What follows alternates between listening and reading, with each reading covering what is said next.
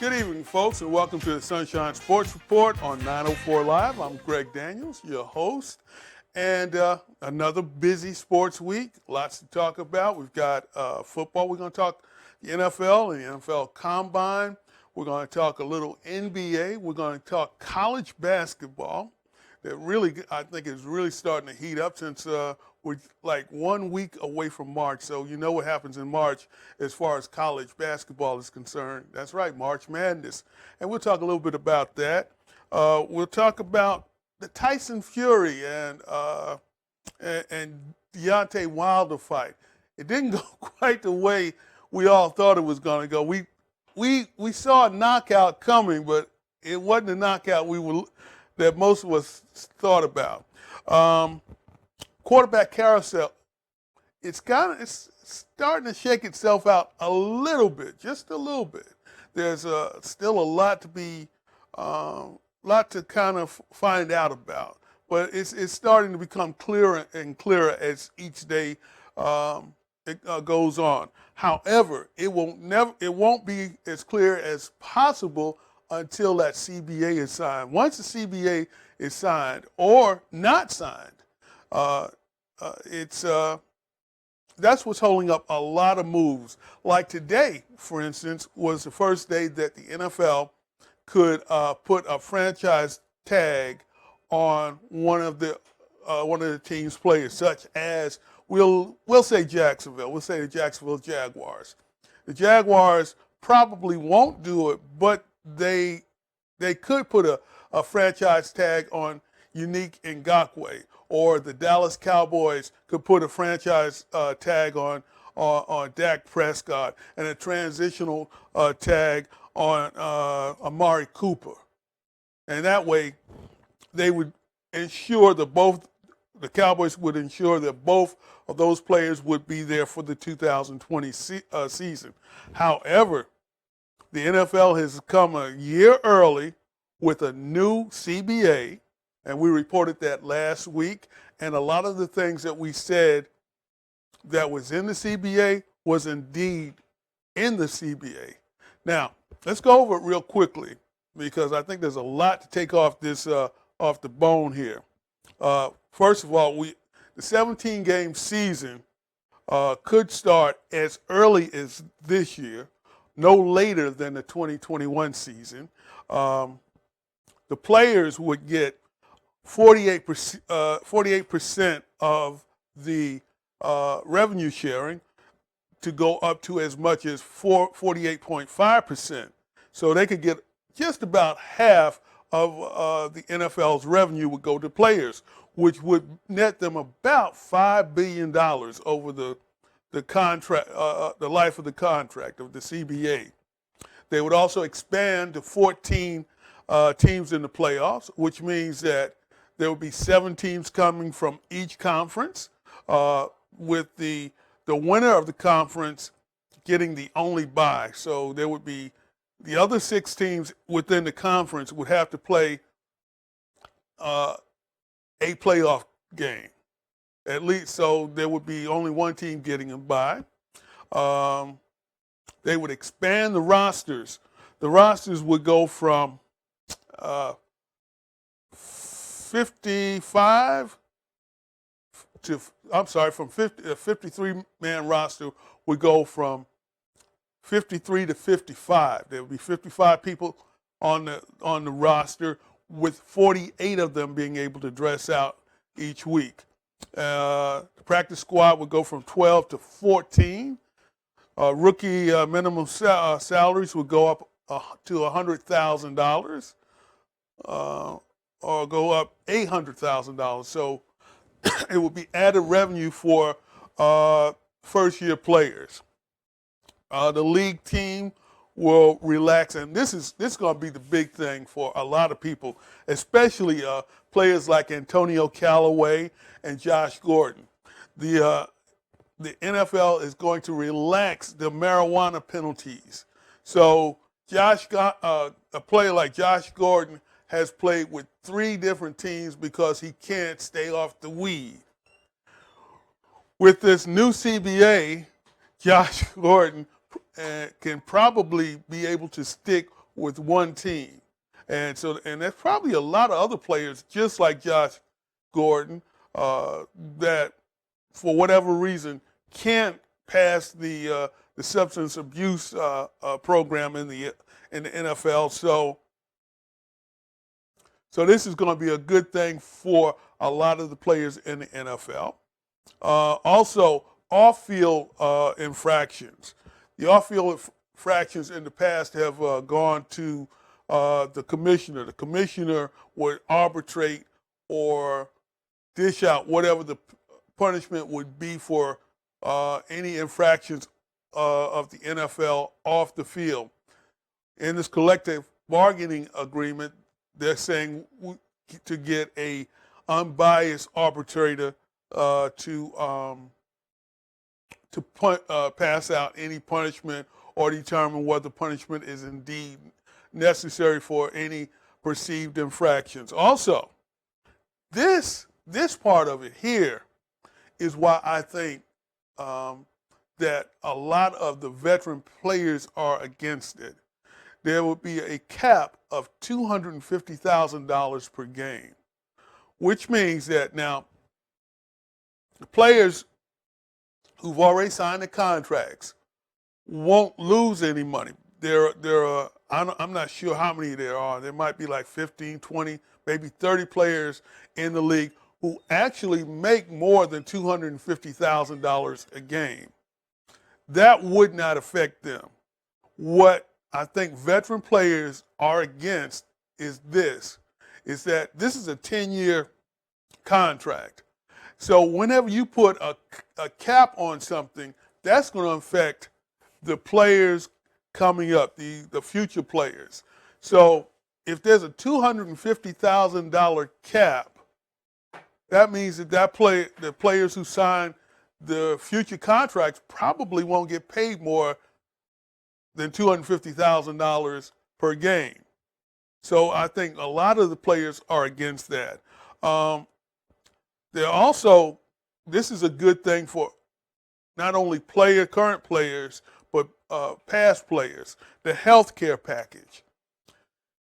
In the past, whenever a player would retire from the league, whatever health care issues they had, whether it was injury, whether it was an injury on the field, then they would be responsible for taking care of the health care, unless they can prove that the NFL was negligent, causing them to injure themselves unnecessarily. But say, like, for instance, we'll say Fred Taylor. Fred Taylor had a knee injury. The knee injury, he was able to continue his play on the field until it was time for him to retire. Once he retired, that knee really started to give him problems. Well, it would be on Fred Taylor to take care of that injury. Now, with this collective bargaining agreement, as long as you go to a designated doctor or hospital within an NFL city, then the NFL would take care of it. So a lot of players, both present and past, that's got to look good to them, plus a 401 benefit package. So those are the things that the collective bargaining agreement is touting. And a lot of the veterans don't like it, probably because of what I said, the $250,000 cap.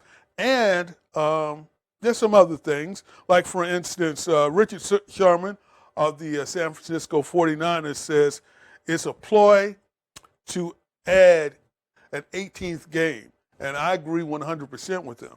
I think within the next 5 or 6 years, there will be an 18-game season if the owners have their way. And this is step one to get a 17th game on the docket. For years, though, a lot of the veteran players have always said that they didn't see the need or the reason for 4 preseason games. So now the NFL owners are saying, well, we'll do away with half of those games. We'll just make them regular season games. Also, J.J. Watt, another veteran who probably makes more than $250,000 per game, says it's a hard no from him. Now, Russell Wilson says let's not rush into it because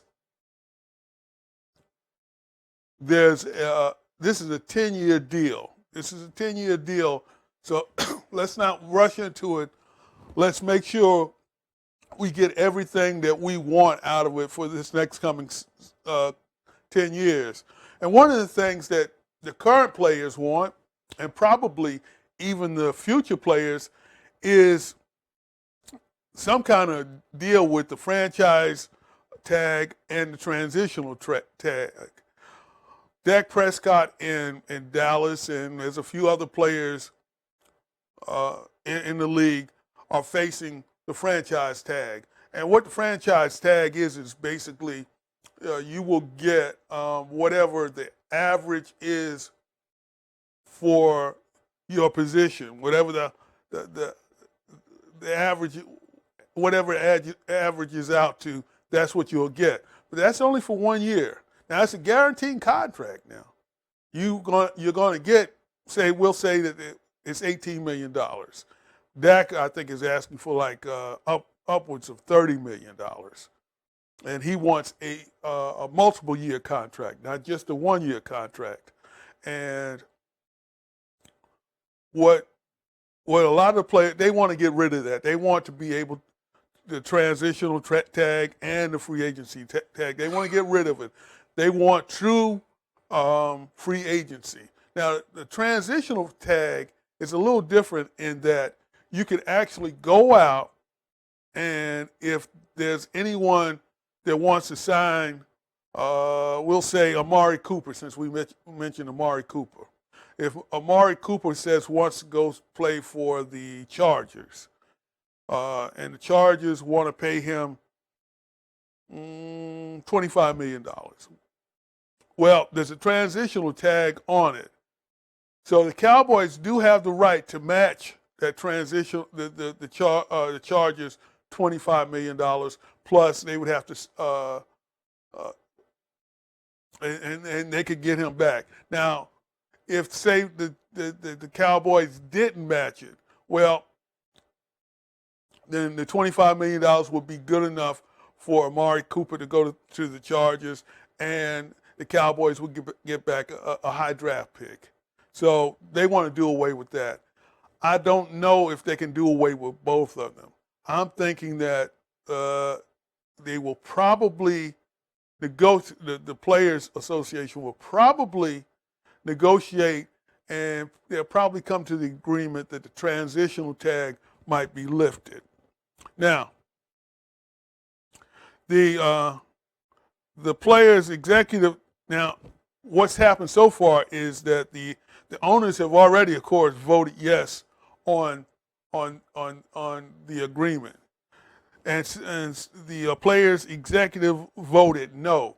Now, there's an executive branch, and they've already voted no. It was a close vote, 6-5.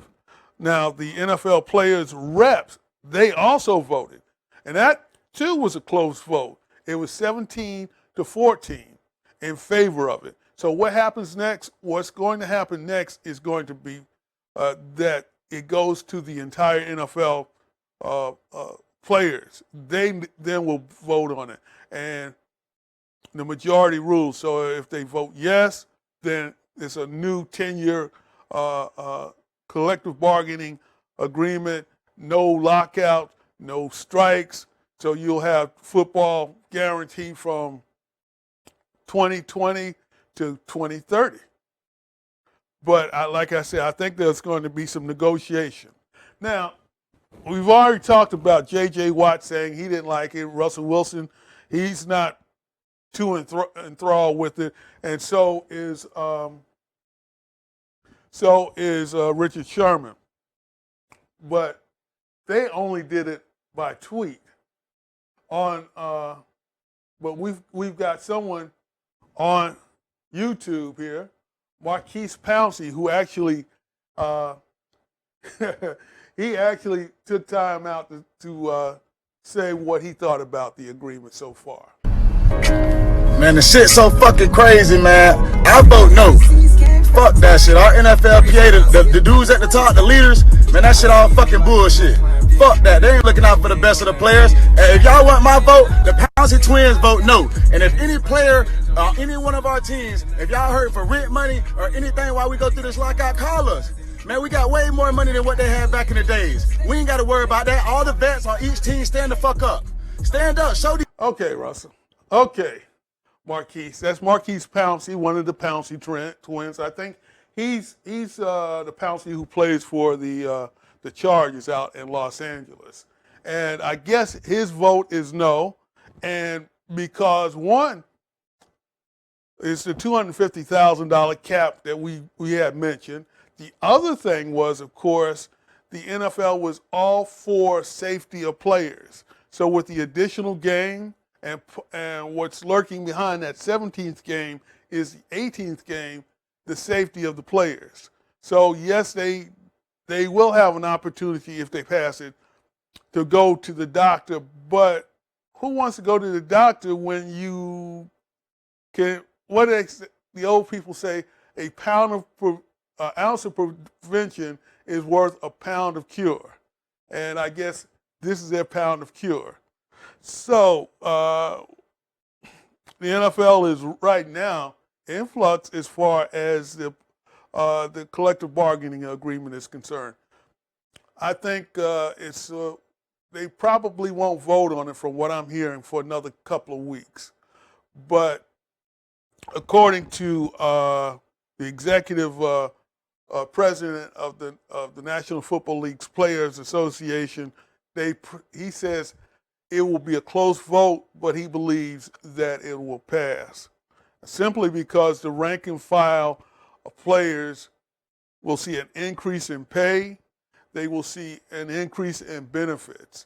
And for the superstar, high-paid players, it really doesn't affect them all that much. But at the same time, they aren't the majority, they are the minority in the Players Association. So look for a new collective bargaining agreement, say, early part of March, mid-March at the latest. So it looks like football will continue. Now, as far as actual football is concerned and the procurement and the movement of football players, quarterbacks have it's always been of great interest in, and it's probably been more interesting this offseason than any. We still don't know where Tom Brady's going. We do know that Drew Brees will continue to play in New Orleans, which means that what happens to Teddy Bridgewater? It's Teddy Bridgewater now. He's going to have to find a place to play. And Dak Prescott, we've already mentioned him. He is looking at possibly being franchised and playing for the Cowboys. But there's talk of this. There's talk that maybe Tom Brady might wind up in Dallas. That would be interesting. Let's talk of that. Jameis Winston, it doesn't look like his coach is giving him flying colors because the coach says, "Well, we're gonna try to get the best player for the position," which meaning that he's not giving a flying endorsement for Jameis. If he was, he would say, "Well, Jameis is my guy." He's not saying Jameis is his guy. He's saying he's looking for the best player for the position. Ryan Tannehill, he looks like he's gonna stay there. It looks like he's going to stay in Tennessee. But there's also talk about Tom Brady there. I mean, they've got some young offensive players that would fit the bill. They're going to have to sign the running back, and they're also going to have to re-sign their right tackle, Taylor Lewan. because what Tom Brady needs most of all, more than even pass receivers, which Tennessee does have, but more that he's going to need a running game. He's going to need that right tackle to take care of the defensive end. So a lot of things have to fall in Tennessee before Tom Brady goes to Tennessee. Marcus Mariota, I don't know. I don't know what to say about Marcus Mariota other than Marcus Mariota may be in the same boat as Taysom Hill and the Oklahoma quarterback. He may be in that position. In that,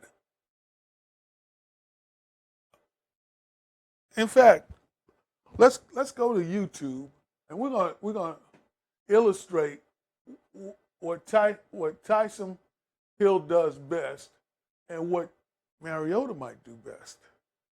This is just a little highlights of Taysom Hill. By the way, Taysom Hill is my favorite player in the NFL. And just a little. Zone read, here we go. And he pulls it. So here's Hill trying to get to the outside. And bouncing off of him at first was Roby. Being physical, coming on the outside. Doing that. Did you see the wind? Where's J.J. Watt? We haven't seen him tonight. Can he get a pressure? Breeze with time to the end zone and into the hands of Taysom Hill. So we've seen a run from the quarterback position. The two remaining quarterbacks are out on the field right now for the Saints. And here is Hill. Makes the catch. And it depends on the spot. Taysom Hill in. He's going to take the direct snap. The man who can do just about everything, including this. Taysom Hill He also for a plays gain of about 18 yards. And Drew Brees loves it. Getting the snap. Gonna come this way with the football. Turn the corner. Get some yardage inside the 30. Out of bounds at about the 25-yard line. First down, New Orleans Saints. Ball, run it or throw it. Throw to Hill. And he's into the end zone for a touchdown. With a lot of backup guys. You see this design, the outside receivers are blocking immediately. They're going to throw the ball. Hill was in. Here's Breeze. There's Hill. On the move and belts it out of bounds. 22, first down. Well, great look at Taysom Hill. They really like Taysom Hill as a quarterback. Second and goal. Breeze, best player offensively on the field. Taysom Hill, H-back, quarterback, running back, tight end, wide receiver. And is he the prototype for the new everything back?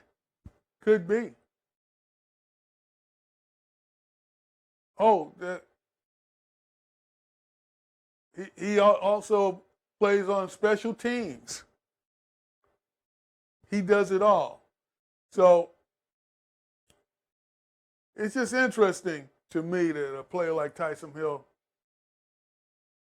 and he may be the quarterback of the future at New Orleans, because Teddy Bridgewater, I'm almost sure is not going to be there for this season.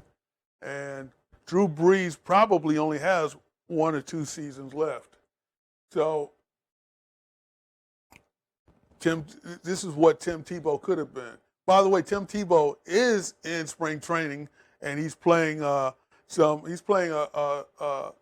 games for the Mets. Let's take a time out, and when we come back, we're going to talk about we're going to talk about the NFL Combine. We're going to talk about Matthew Stafford, where he's going to play. Zion Williamson is going to make an appearance on the Sunshine Sports Report. And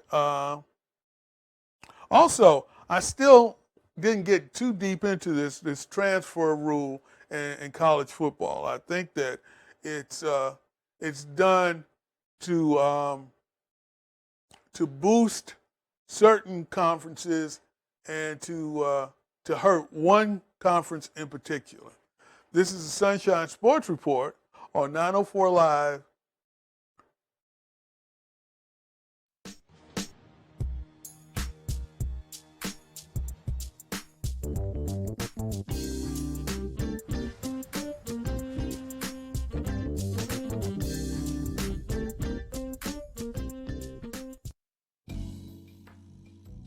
Jacksonville, Florida, and the La Villa community. Known in its heyday as the Harlem of the South.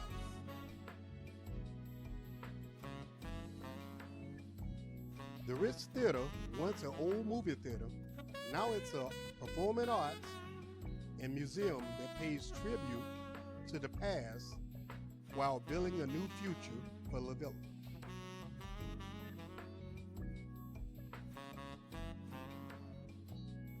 The La Villa School of the Arts is a Duval County public magnet school for music and the arts, built just one block from the Ritz Theater.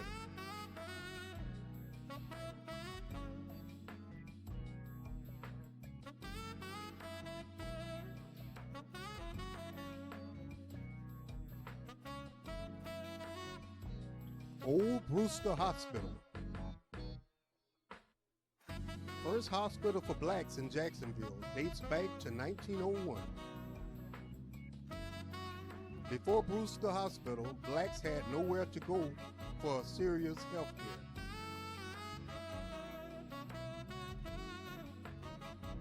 Brewster had 30 beds and it was mainly a surgical hospital.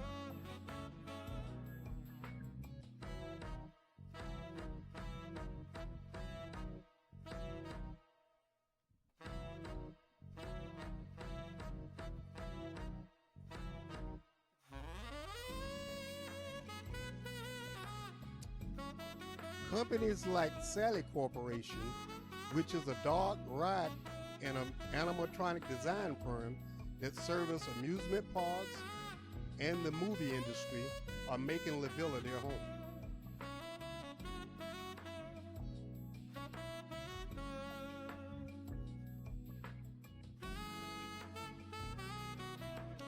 The city of Jacksonville approved $350 million to go towards its new 800,000 square feet courthouse.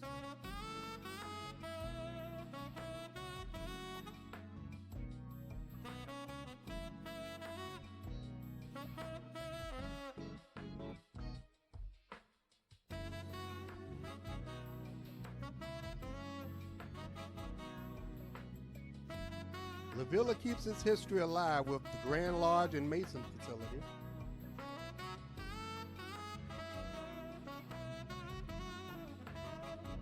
and also the Maceo Elk Lodge.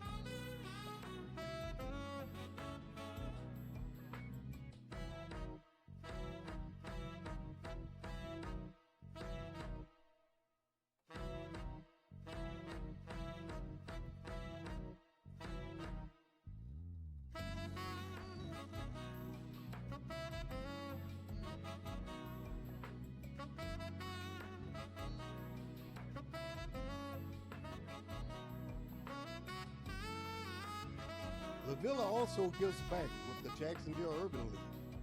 It's a nonprofit that helps adults with basic computer skills and career development.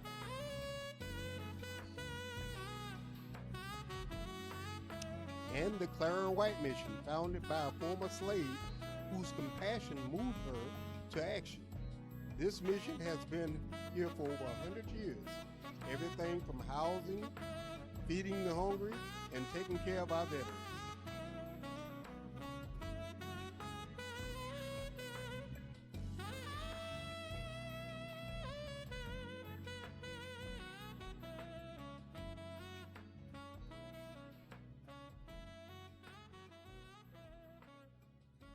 Old Stanton High School. After the original wooden structure was destroyed by the Great Fire of 1901, the new brick structure was built for blacks in the La Villa area.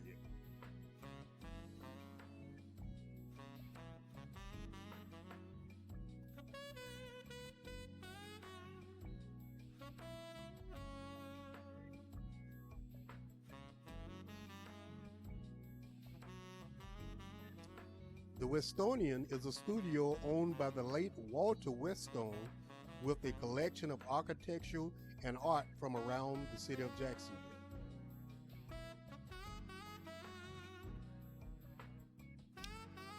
The La Villa area of Jacksonville, history, and so much more.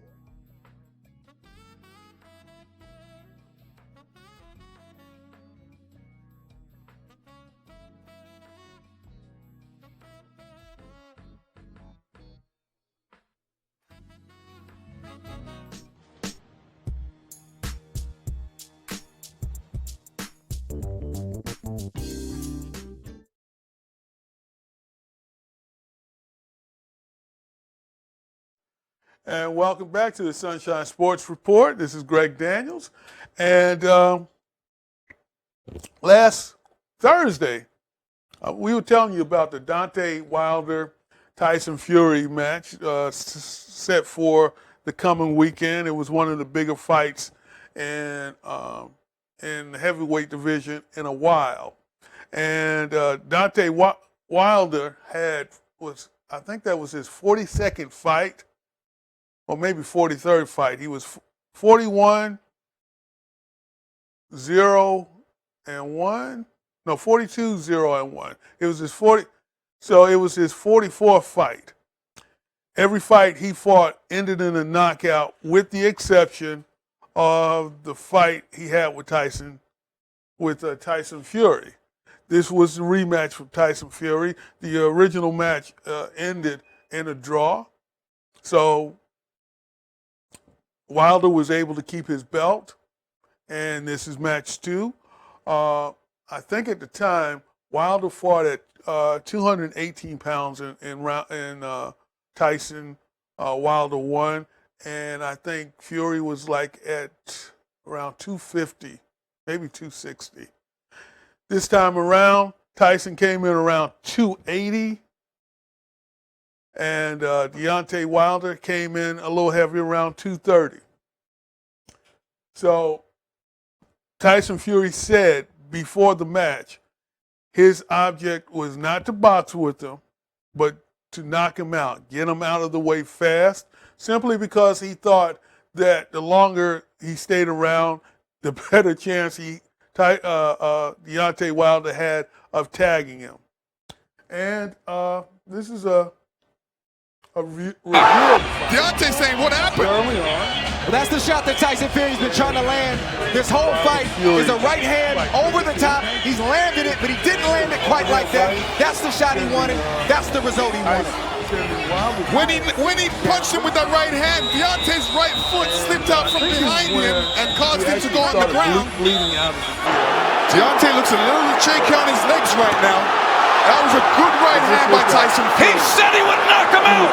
He's going for it here in the 3rd round. Wilder is down again.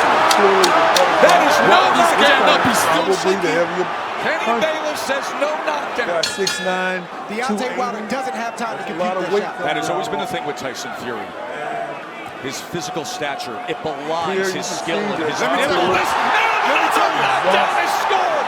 A body shot to Wilder. 2nd time he's been down. And here Fury comes in again. And he's looking for the spot. Hits him to the body. Deontay was off balance there and still went down. Another left to the solar plexus. Could what win he had just about out of it. He's chasing him down. He's head hunting. We could have history made right here already. He hasn't caught that 2nd wind yet. Look at this grounding to close out the round. That going through all of this, Wilder probably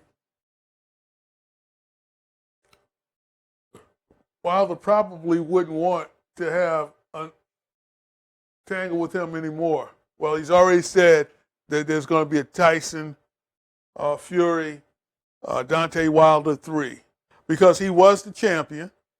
It was in the contract that if he wanted to, he could get a 2nd bout or another bout with him to try to regain his belt. And so Deontay Wilder has exercised that. So now we will have a Wilder Fury 3, probably late summer, maybe early fall. And then Anthony Joshua, the holder of probably all the rest of the heavyweight belts, he wants to fight Fury now to get his 2 belts. I know he has the WBO and he's got another belt. So he wants to, and Anthony Joshua is a British boxer who like I said, he holds like 5 or 6 other of the heavyweight belts. And that's another problem that I see with boxing in general is all these sanctioning bodies. And I understand why they exist. It's all about the dollars and all about the cents. No one wants to give up their opportunity to make money to unify the heavyweight championship around the world. I kind of get that.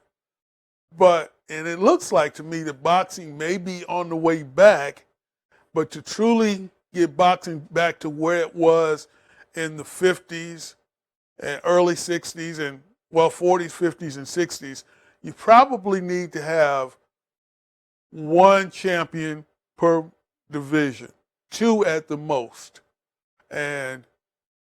But like I say, nobody's wanting to give up their piece of the rock. And until that happens, I think boxing will continue to be the fringe sport that it has fallen into. Now, certainly there will be boxing personalities that you will want to follow, like Mike Tyson in the past. Possibly Tyson Fury may be that personality today. The Klitschko brothers, when they were fighting, they were pretty dominant as far as boxing was concerned, but they didn't have the personality, and very few people followed them around the world. I don't know. What did Lennox Lewis? Lennox Lewis was he really someone to unite boxing fans? Absolutely wonderful boxer, great boxer, but he too didn't have the personality to unite and excite the fight fans like a Tyson did, or a Muhammad Ali in the heavyweight division, Sugar Ray Leonard. Now, Floyd Mayweather. A lot of people, Floyd Mayweather may be that guy, but now he's gotten older and he's probably not the fighter that he was. So it's going to take personality of those ilk to really to make boxing into the status that it was in the early 60s, late 50s. Or I don't know, maybe it never will get there again. I guess the MMA is right now what is hot as far as fighting is concerned. And they have the big cards. They have, and I think that they do a good job in the MMA. So, you know, it was a good fight. Look forward to the third fight, and if Fury wins the third fight, you can probably bank on a Joshua Fury fight sometime 2021, maybe 2022. So that's my little extent into boxing. Coronavirus. So we're just off air. We were talking about the coronavirus.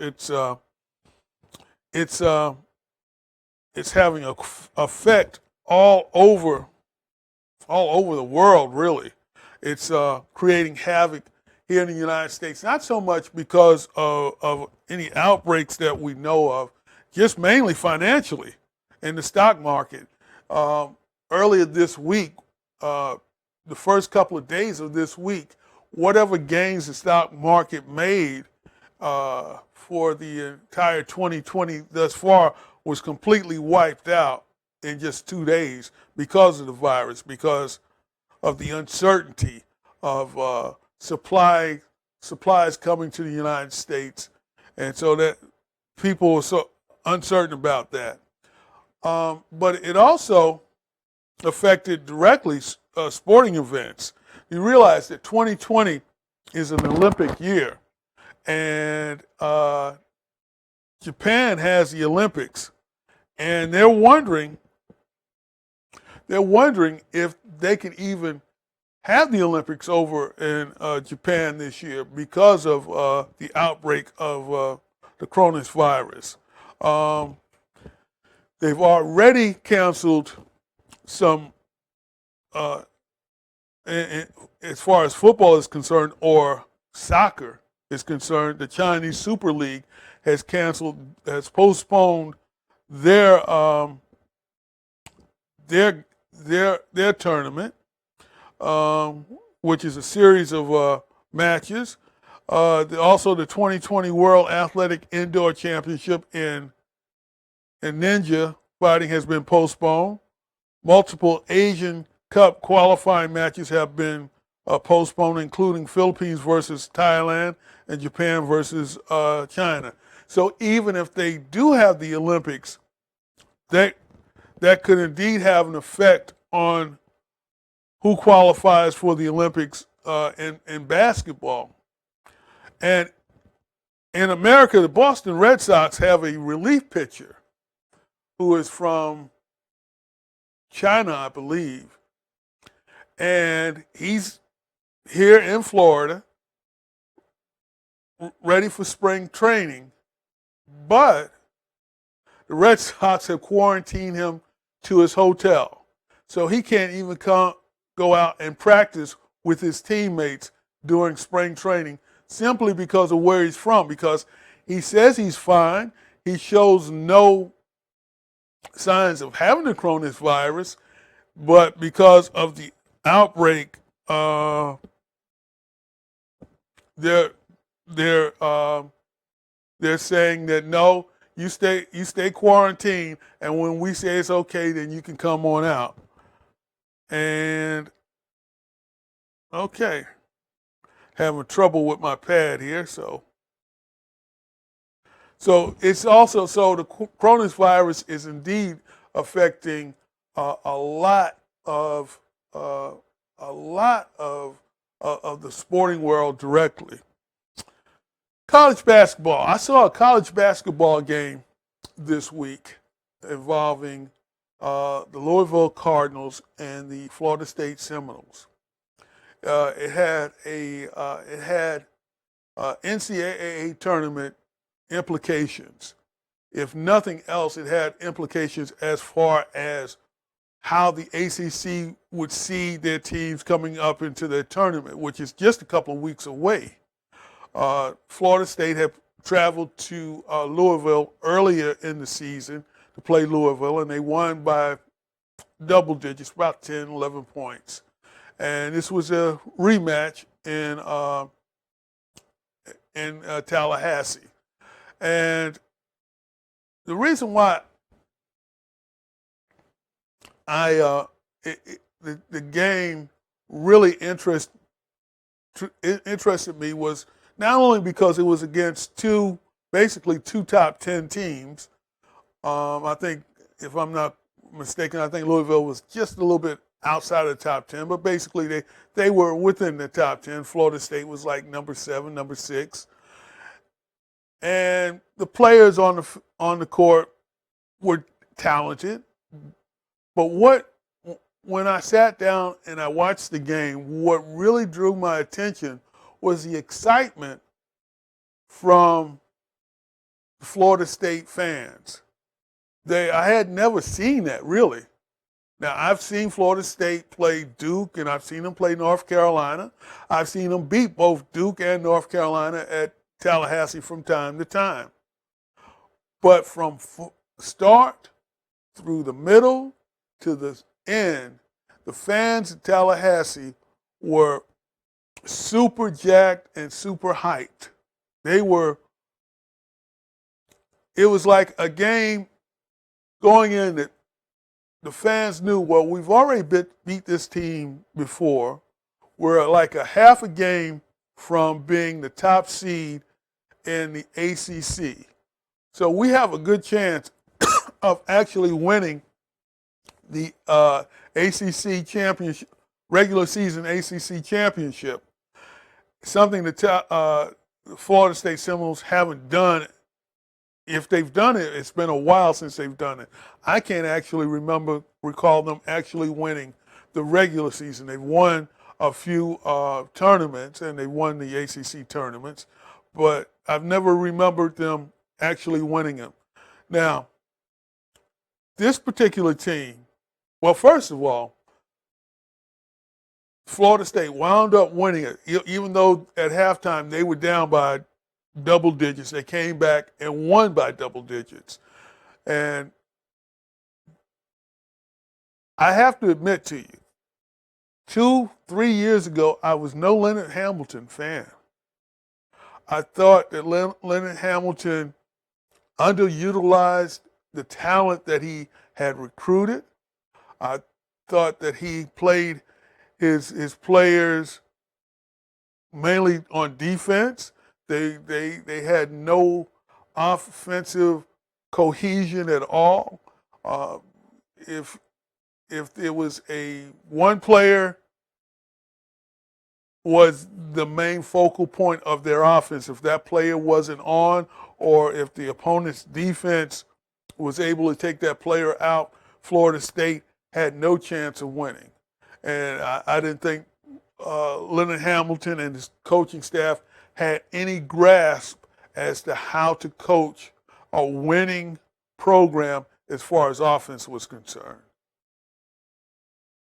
These past 2 years, he has changed my mind, and particularly this particular team.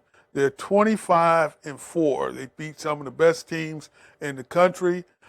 They are playing at a high level within their conference. In fact, not only are they playing with a high level within the conference, they're also leading the conference. This is a conference that features Duke, which is having a really good year compared to the team is not as talented as last year's team that had R.J. Barrett and Zion Williamson and some of those other players, but still they have some really good players. In fact, Florida State went to Duke and lost to Duke, or Duke actually held on and won. But the fact of the matter is, Florida State, for the first time in many years, not only do they have a chance to win the regular season championship in the ACC, but they also have a chance to go to the Final Four. And once you get to the Final Four, anything can happen. And basically, what I'm saying is Florida State is indeed, for the first time since 1993, maybe 1994, they are a national championship contention basketball program. Something I would have never thought I would have said about a Leonard Hamilton Florida State basketball team. When I'm wrong, I'll admit it, and I am wrong. I'm not saying that they're going to win it, but I really like the way that Leonard Hamilton has recruited and his coaching staff have coached this particular team. They're one of the best teams in the country. If you haven't had a chance to watch them, I'd say go ahead and watch them. Now, the other thing is about conference championships are teams really, or schools, it's not the biggest thing in the world to win their conference championship. It's good to play one game, maybe 2 games, and then kind of rest up for the tournament, because the Power 5 conferences like the Big Ten, the SEC, the ACC, Big 12, all their games, their championship games are either on Saturday or Sunday. And then the next week, starting the next week on Thursday, they actually start in in earnest the tournament, even though they have playoff games, I believe, Tuesday and Wednesday. Really, the tournament starts on Thursday. So teams, I guess, are conducting what they call load management. As far, in the NBA, they say players, they have load management where they rest players from a couple of games at a time or one game at a time here or there. I think that a lot of coaches have realized that by pushing your team to win a conference tournament championship is not as important as being rested and ready to go for the NCAA tournament. So look for a lot of different teams to win their particular tournaments, unless, of course, you have to win a tournament, like, for instance, University of North Florida or Jacksonville University, in order for them to make the playoff, the NCAA tournaments. They actually have to go out and win the tournament. But if a team like Duke or Ohio State, they don't have to win their tournaments to actually get into the tournament. All they have to do is be an at-large team, which will get you into the tournament. So I think the big thing now is the being able to win your champion, being able to get to the tournament, having a resume big enough and strong enough to get to the tournament. In